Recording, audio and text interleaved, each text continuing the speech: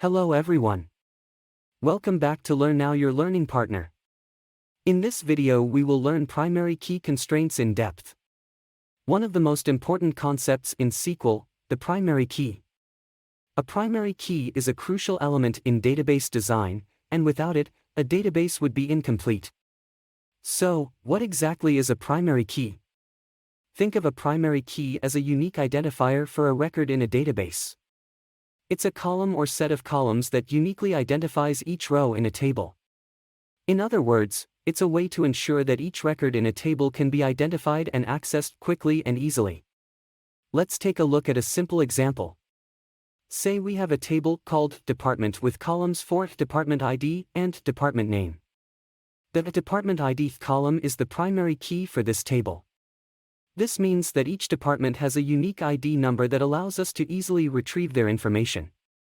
So why is a primary key so important? Well, it serves as the basis for many database operations, such as joining tables, sorting data, and ensuring data integrity. Without a primary key, it's difficult to maintain the accuracy and consistency of a database. Let's say we have another table called Employee, with columns for EMP ID, EMP code, employee name, and department ID. By joining the employee and department tables on the department ID column, we can easily retrieve all of the employee linked to a specific department. But what happens if we don't have a primary key? Well, we run the risk of duplicate records and inefficient queries. It's essential to define a primary key for each table in a database to ensure that we can quickly and accurately retrieve the data we need. Defining a primary key in SQL is easy. We simply add the primary key constraint to the column or set of columns that we want to use as the primary key.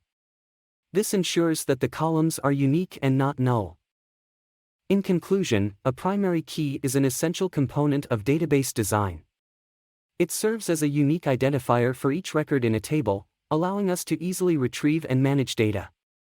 So if you're new to SQL, make sure you understand the importance of primary keys and how to define them in your tables.